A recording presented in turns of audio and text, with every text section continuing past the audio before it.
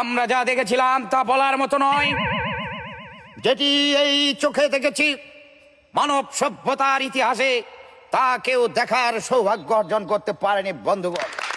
এই দেখেছিলাম সেই বিষয়, দেখেছিলাম সেই বস্তু, দেখেছিলাম সেই জিনিস যেটি কারো পক্ষে দেখা সম্ভব নয় প্রিয় বন্ধুগণ, যে আমি দেখতে পেরেছি এই নিজের চোখে।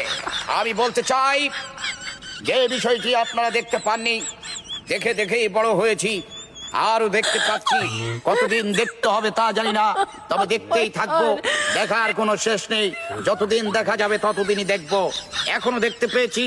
আজ আপনাদের বলতে চাই আমি কি দেখতে পেয়েছিলাম এবং আমি কি দেখতে পেয়েছি এবং আমি কি দেখতে পাচ্ছি।